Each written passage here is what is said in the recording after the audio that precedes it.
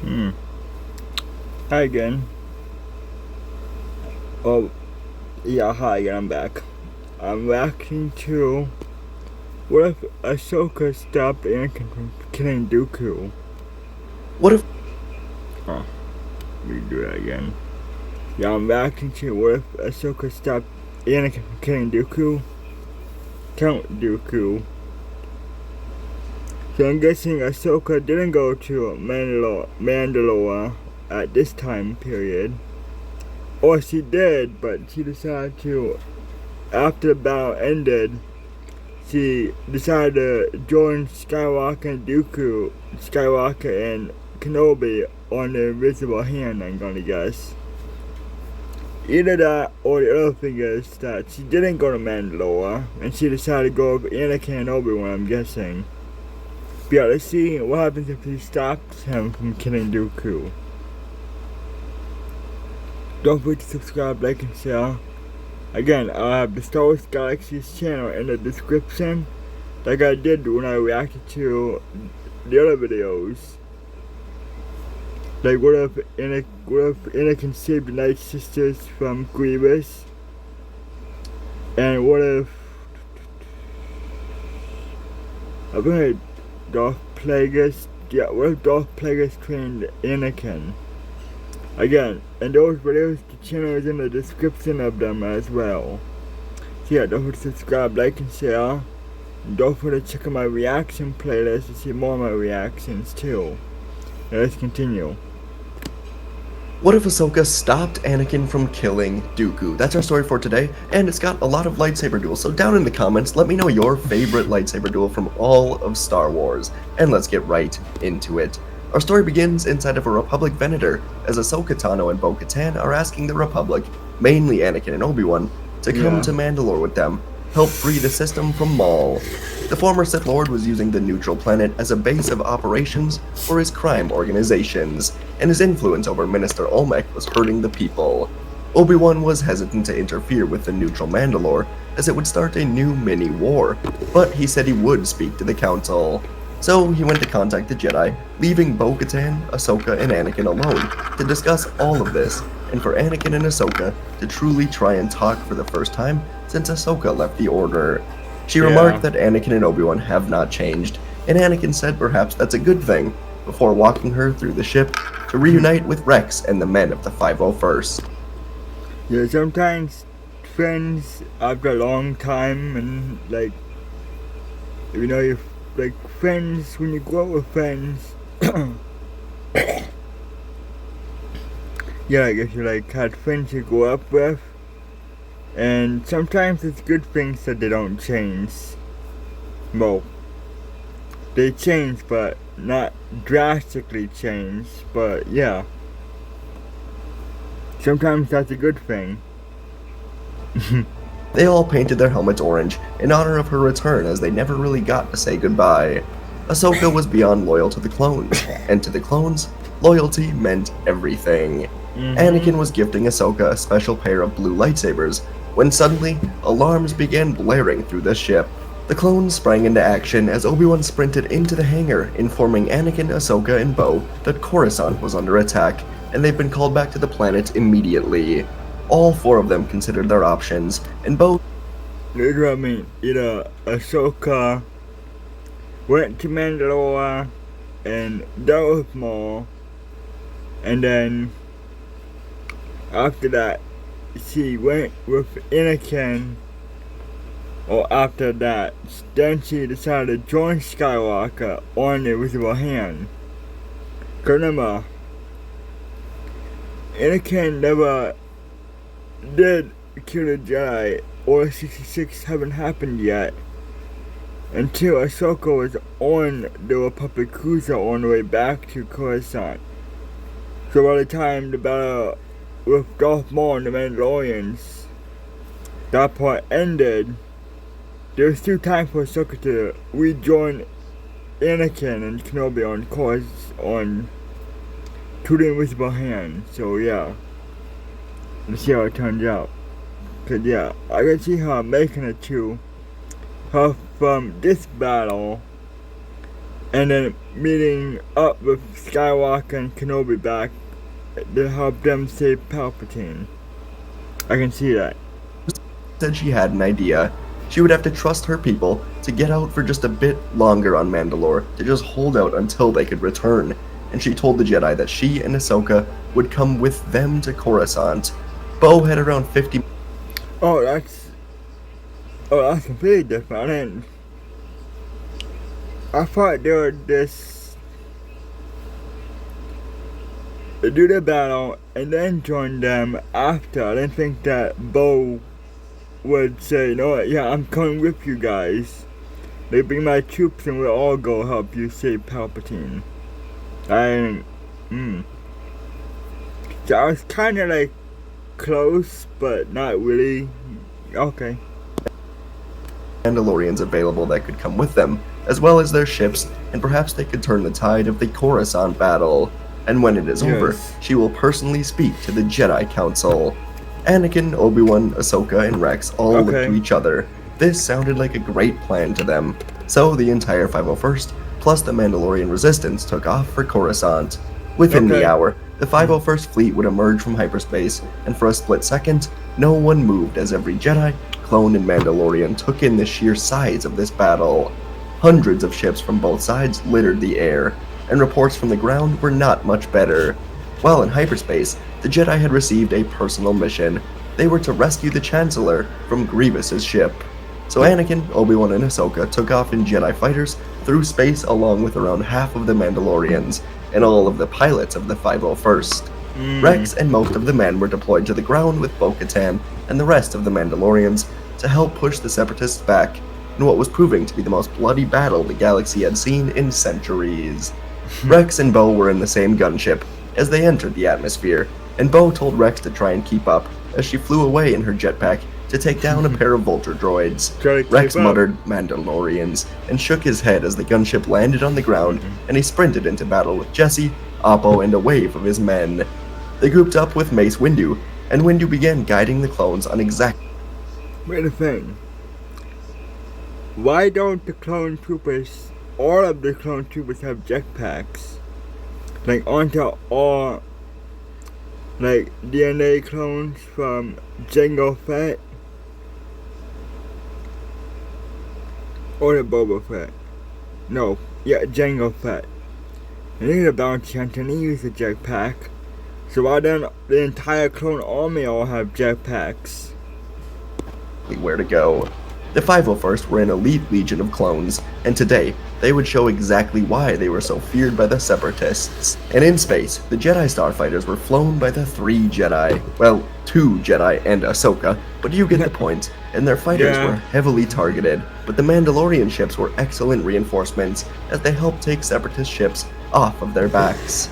Oddball and Ursa Wren flew side by side, taking out droid ships, and before long, the 3 Jedi skidded into the hangar of the Invisible Hand, taking out the droids and having R2 locate the Chancellor. He was in the Spire, and together, the 3 of them began their mission to rescue Palpatine. Inside of the Spire, Dooku was standing next to the captured Palpatine as Grievous informed him of the Jedi's arrival. Dooku looked to the security cams and was surprised to see Ahsoka Tano with Skywalker and Kenobi. This was an unexpected part of their plan that was going surprisingly well so far, but Palpatine said this does not change anything. He told Dooku to kill both Ahsoka and Kenobi, and Anakin will finally embrace his inner darkness. For Palpatine, there were 2 outcomes here. Anakin will either kill or capture Dooku, and with the death of his friends, he will turn against the Jedi, joining the dark side to ensure that he is powerful enough to never lose someone important again, like Padme Amidala. Palpatine was confident, and now he waited. And soon enough, the 3 Jedi entered the Spire, moving to rescue Palpatine. But as they reached his chair, Count Dooku entered the room, flipping down to meet them, asking for their surrender. The 3 Jedi would ignite their blue blades, and Dooku ignited his own, as he was more than ready for this duel. The end of the war has come at last. The 3 Jedi charged forward, attacking in perfect harmony. Their chemistry from countless battles during the war reignited in this moment. Anakin's powerful strikes combined with Obi-Wan's defensive moves kept Dooku backing up, waiting for an opening that would never come. while Ahsoka's agility and strength caught the seasoned Sith Lord off guard. She darted around Dooku, her dual lightsabers creating a whirlwind of strikes, forcing Dooku to retreat up the stairs and send battle droids at the Jedi. He regathered himself and realized he may have underestimated the trio. That would not happen again, he thought to himself. And as the battle raged on, the three Jedi were pressing their strengths together. Anakin's assault and Ahsoka's ability to Yeah, it won't happen again if you're dead. perfectly balance Anakin's weaknesses kept Dooku off balance, while Obi-Wan's patient strikes finally sliced through Dooku's robes. With a smile, Obi-Wan told Dooku he's going to have to do better than that. The Sith Lord found himself increasingly cornered and annoyed.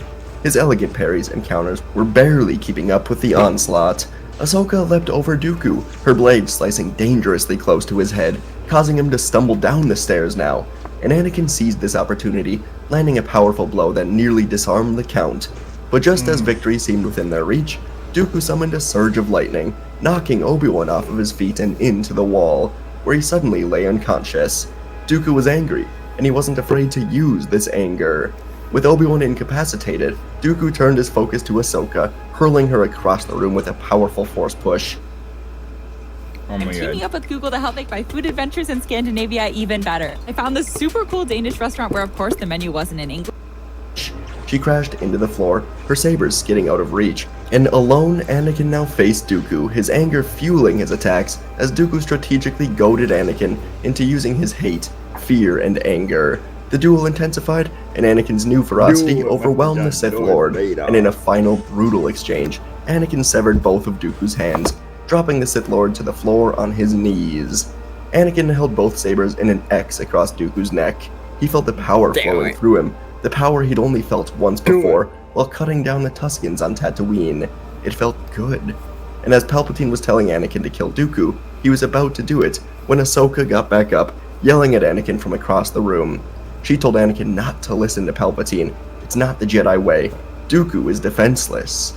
Anakin said that Dooku has killed so many. He's led this entire war. He doesn't deserve to live. And Ahsoka held her hands up, slowly approaching, and she said perhaps that is true, but if Anakin does this, then he is no better than Dooku.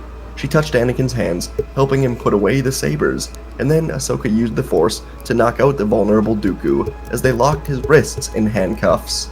Palpatine was hiding his anger. Dooku couldn't kill Ahsoka, and now the Sith were paying for it. Anakin was so close to embracing the dark side to kill Dooku in cold blood. Ahsoka then contacted the Mandalorians from their Venator, and a small transport ship was flown through the chaos, landing on top of the Invisible Hand, and an opening was created for Anakin, Ahsoka, Palpatine, Obi-Wan, and Dooku to enter into, and the transport was guided by 501st pilots down to the surface, where the battle was ended. Grievous called on a full retreat once Dooku was defeated, and his droids were pushed back on the surface. The Republic won, though Coruscant would be recovering and cleaning up for months on end. The Mandalorian ship landed in front of the executive building, where Mace Windu was waiting with a group of senators. Obi-Wan was now awake, and together he and Anakin dragged Dooku over to them, as Dooku was taken into custody inside of a maximum security cell built to restrain Force users. And while Anakin went with Palpatine and the senators, Mace Windu took Obi-Wan and Ahsoka back to the temple to discuss how everything went, and how Anakin was able to defeat Dooku. As the Jedi shuttle moved through Coruscant, Windu expressed that he really disliked the relationship between Anakin and Palpatine. He said there is something between them, something new, both powerful and dangerous, and Ahsoka now recalled what she saw in the Spire, as Palpatine was basically ordering Anakin to murder Dooku, and she told the two Jedi about this. Obi-Wan was knocked out for this moment, but both him and Windu were now deep in thought. It was no secret that Palpatine craved power. This war dragging on was proof of that. But what motivation would Palpatine have to want Dooku executed?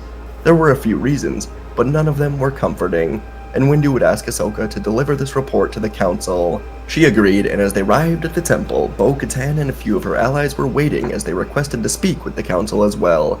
Obi-Wan said they were a great help in the battle, and there's no guarantee they could have won without them, so the Council will hear them out after Ahsoka's report.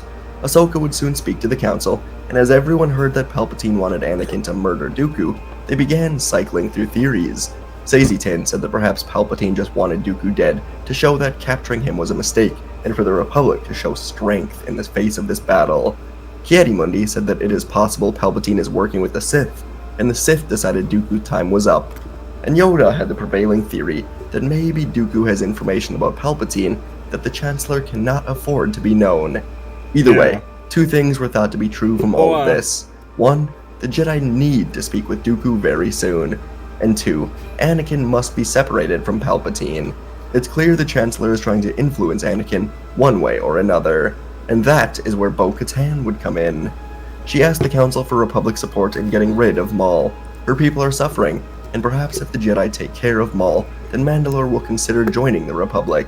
The Mandalorians and Jedi have been hostile to each other for far too long. The Council would discuss this, and they decided it was the perfect excuse to get Anakin off planet. So while Anakin was talking to Padme, discussing her pregnancy, he was so excited to spend time with her again, but he received a message from the Council. He'd been assigned to the siege of Mandalore. Anakin could feel the war was so close to ending. Dooku was dead, Grievous was on the run, and taking down Maul could ensure that no other threats rise after the Separatists. So Anakin begrudgingly accepted the mission, and once more apologized to Padme, promising to return soon. He would soon meet Ahsoka, Rex. Hey, remember, Skywalker, duty comes first. In wartime. If you guys haven't seen the Clone Wars, that's basically what they said. And the Clone Wars, one of the seasons and one of the episodes. And then another part of the episode, so Padme said the same thing. That duty comes first, even in wartime. Since the war continues for like 10 years. Multiple years, I think. So yeah. If you've seen Star Wars Clone Wars, you'll know what I mean by when I said duty comes first, even in wartime. The 501st and the Mandalorians in the Republic hangar as they took off together for Mandalore. They took off late in the evening, and they would spend most of the trip catching up with Ahsoka while putting together battle plans. And meanwhile, on Coruscant, as the sun set on the city planet, Chancellor Palpatine retired for the night and became Darth Sidious. His mission tonight was simple. He had to kill Dooku before Dooku exposes him to the Jedi. Sidious took a risk in trying to get Anakin to kill Dooku. Were Anakin successful, then Dooku would be dead, and Anakin would be ready to take his place as the Sith apprentice. But now Dooku was alive, and he knew Sidious's true intentions were to discard of him. So Sidious needed Dooku dead today. Sidious would use the underground tunnel to move through Coruscant until he was right underneath the Republic prison. He used the Force to sense that the guards were not around, and he cut a hole in the floor, moving like a shadow through the halls. Sidious used the Force to distract any guards, and before long, he would see Dooku's cell. Sidious blasted a bit of lightning into the control panel to open the door, and he slipped inside, only to find it completely empty. He was too late. The Jedi already had Dooku, and a second later, a voice behind Sidious said, "Surrender, Sith Lord, you're trapped." And the lightsabers of Saesee Tiin, Aegon Kolar, Kit Fisto, Shaak Ti, and 5 other Jedi Knights ignited. Sidious fell into a Jedi trap. He was heavily outnumbered, but it did not matter. Windu and Yoda were not here, and without turning, Sidious suddenly threw his saber through the air, and it cut off the heads of 2 of the Knights. As the Jedi turned to this, Sidious flipped through the air, pulling his red blade back to him before landing. Come on, dear.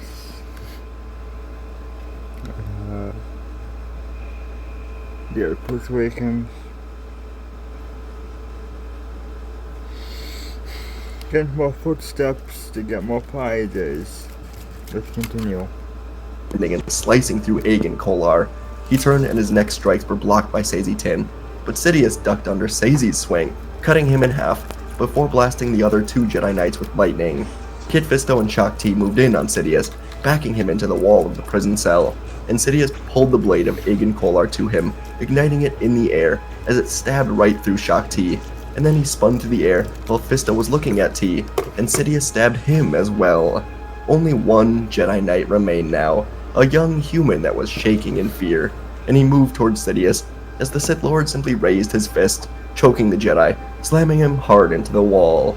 Sidious then quickly turned and got out of here. These Jedi were no match for his power. He had to find Dooku. But Kit Fisto was still alive on the floor, though the stab wound was quickly taking his life. The Sith did not fight fair. He didn't use traditional Jedi ways. He was powerful, and Fisto now managed to contact Yoda and Windu, telling them to be ready before he fell dead from his injuries. And in the industrial sector of Coruscant, Masters Yoda and Windu were with Dooku, as Windu heard these dying words from Fisto. When they put the Jedi strike team in the prison, they assumed there was only a small chance the Sith would appear, but now Windu regretted not staying with the Jedi. Either way, he could now only wait in the hangar of this old building, as Grandmaster Yoda was speaking with his old student. In the side room of this lair, Yoda was sitting with Dooku. The Jedi got him out of the cell right after the council meeting with Ahsoka, and Yoda was speaking to Dooku for the first time in so many years. Sure, they'd seen each other during the war, but that was as enemies. This, for the first time, was Master and Apprentice, so yeah. Yeah, seen each other before in the war, but you were with the Republic and you're a separatist, but now you both have a common enemy, Palpatine. was just a talk. And Yoda had an idea, and after the two of them did talk for a bit, as Dooku expressed his disdain for the Jedi and the Republic, Yoda admitted that perhaps he was wrong in how he led the Order. Maybe the Jedi do serve a corrupt Senate. Yoda was admitting that Dooku was right about so much, but the way he went about solving these issues was completely wrong. Dooku honestly just felt defeated. After years of service, betraying everything he ever loved for Sidious's plans, he was discarded. He was left with contempt for both the Jedi and the Sith, wishing he could wipe everyone out. But now Yoda told Dooku something he has told no one before. Qui-Gon Jinn, Dooku's Padawan, is still alive in the cosmic force, and Yoda promised that if Dooku helps them take down Sidious, then Yoda will teach Dooku to speak with Qui-Gon. And this was the tipping point for Dooku. He missed Qui-Gon, and he thought perhaps his old friend could help him find himself. So Dooku asked what he must do, and Yoda put a recording device in front of Dooku, turning it on, asking Dooku to reveal everything he knows for the Senate. On Mandalore, the siege to take the planet from Maul was well underway. Anakin, Ahsoka, Rex, and Bo led the charge to the surface, moving through the air against the Mandalorians loyal to Maul, as soon a huge battle would get underway. The 501st fought along the Mandalorian resistance, charging into battle to reclaim Mandalore from Maul and his corrupt forces. The battle was extremely chaotic, but as Ahsoka and Anakin fought with the clones, Maul was nowhere to be found. And as they charged into the heart of the city, Anakin sensed something. He looked up to the palace to see him. Maul stood alone, staring down at Anakin, and Anakin told Ahsoka to finish this fight while he goes to fight Maul. And Anakin would soon reach the throne room. Maul stood there waiting for him. Maul was determined to kill Anakin, and thus both Kenobi and Sidious would lose their prized pupil. It was perfect revenge on both of his sworn enemies. And so, as Anakin entered, there was no need to waste any time. Maul ignited his blades and told Anakin he's been waiting a long time to defeat the so-called Chosen One. And Anakin would run into battle with Maul. While the two of them fought, Mace Windu and Yoda stood together as the speeder of Darth Sidious entered the Coruscant hangar. Once Sidious found out Dooku was gone, he knew Dooku would bring the Jedi to the one safe place for him on Coruscant, the Sith lair. Sidious exited from his speeder and stared at the two Jedi without his hood. Yoda and Windu were ready, and together, the leaders of the Jedi moved into battle with this Sith Lord. Back on Mandalore, the clash of lightsabers was echoing through the palace. Anakin faced Maul in the throne room. Their long overdue battle was powerful, as their blades met again and again. Maul's red blades moved with vicious speed. His strikes aimed to overwhelm Anakin as he spun around, using as much strength and agility as he could to try and overwhelm Anakin. And Anakin countered with patience. Over the years, Obi-Wan often talked to him about his fights with Maul. The Sith was powerful, but he would always open himself to be overconfident. The two of them sliced through the throne together, as each strike connected, and once in a lightsaber lock, they were both thrown into opposite walls. And that will be his downfall, or any downfall. You get too cocky, that will be a downfall. Regathering themselves to continue this duel. Outside the throne room, chaos reigned as Ahsoka Tano led the 501st clones and the Mandalorian resistance against the Death Watch. The sky was filled with the sounds of jetpacks and blaster fire, while on the ground, and the clash of Beskar armor and lightsabers created a deadly atmosphere. Ahsoka led her men into battle, their helmets painted orange, They would follow her anywhere, as her dual lightsabers were cutting through Death Watch warriors with perfect precision. They were pushing back the forces loyal to Maul, and they were soon forced to retreat, as Ahsoka, Bo, and Rex would chase them out of the city. Back on Coruscant, the Sith lair was the home of a battle decades in the making. Windu and Yoda faced down Sidious, the Dark Lord's red blade spinning around as Sidious laughed at the Jedi. Windu was deep into Vapad, reflecting Sidious's darkness back onto him, matching the Sith Lord blow for blow. The Chancellor, the man Windu once admired and grew to hate, was the ancient enemy of the Jedi. Windu would do whatever it takes, and Yoda's green blade moved with blinding speed, as his pure strength and speed defied his size and his age. Together, they were pressing Sidious to the wall, forcing the Sith Lord to draw upon the depths of his darkness to keep up. And on Mandalore, Anakin and Maul's duel reached a grand conclusion. Anakin finally began to turn the tide, and with a powerful thrust, he disarmed Maul, sending the Sith's weapon clattering to the floor as it was cut in half. In a moment of panic, Maul dove for Anakin, his hands aimed at the Jedi's throat, but Anakin spun and barely cut Maul in half before he could grab Anakin. Maul fell to the ground, and Anakin made sure he was going to stay dead this time. Anakin was breathing heavily, and he looked out of the window, saluting down to Rex and Ahsoka as Mandalore was secure. And he got to a communicator using Obi-Wan's frequency, as his old master was on Utapau. He just defeated General Grievous. The two of them smiled to each other, knowing the war was now likely to end very soon. In Coruscant's Sith lair, the battle's climax saw Yoda and Windu's combined strength overwhelm Sidious. Windu's final blow disarmed the Sith Lord, while Yoda, with a swift, powerful strike, ended the battle, kicking the Sith Lord to the floor. Sidious fell and looked up at the Jedi, blasting lightning up at them. Yoda and Windu were deflecting it across the room, but it was very powerful. But suddenly, it stopped. Sidious's red blade was stabbed through his heart, as Dooku used his mind to lift the blade from the door of the other room. The place where he once killed Yaddle and took his place as the Sith apprentice was now the place where he corrected that great error, and Sidious fell dead. Within hours, Windu would play the recording from Dooku to the entire Senate, and through the HoloNet, the people of the galaxy would see the truth, both Republic and Separatists. Dooku went through everything from him leaving the Order, meeting Sidious, Sifo-Dyas, Kamino, the clones, creating the war with Palpatine, and just overall exposing the Chancellor as the corrupt Sith that he was. Windu told the Senate that Dooku was gone, killed by Palpatine, but in reality he was retired on Tython, as Yoda helped him connect with the Force and learn to speak with Qui-Gon, living out his final years with new mechanical hands as a hermit in the light side of the Force. Did he deserve this? Perhaps not, but Yoda promised him he would do this, and so he granted this promise. In time, a grand funeral was held at the temple for the Jedi that fell to Sidious, and it was a great moment of reflection for the Jedi, as they all wanted to be better for years to come. Yes. Anakin would finally reunite with Padme for good, and they would raise Luke and Leia together, as Anakin was made a master and allowed to stay in the Order, as Ahsoka rejoined the Order as well. Mandalore would join forces with the Republic, under the rule of Bo-Katan, while the Republic was under Chancellor Mon Mothma. In time, Obi-Wan would train Leia, and Ahsoka would train Luke, as Anakin and Padme watched over all of them together. And folks, that is where our story ends today. I always enjoy these ones where something just changes on the invisible hand at the beginning of Revenge of the Sith, rather than, I enjoy all of it, but yeah, especially like this, with Ahsoka, and then just events shifting. So, yeah, hope you guys enjoyed as well. A lot of lightsabers in this. Yeah. That's fun. We all like lightsabers. Anyways, yeah. Appreciate you guys. Thanks for watching. Have a good one. Subscribe. Like. And I'll see you in the next video. Yeah. And then, yeah, I reacted to this one yesterday. But now let's see what happens if Plo Koon told him to stop. Anyway, bye for now. Don't forget to subscribe, like, and share. See you guys next time.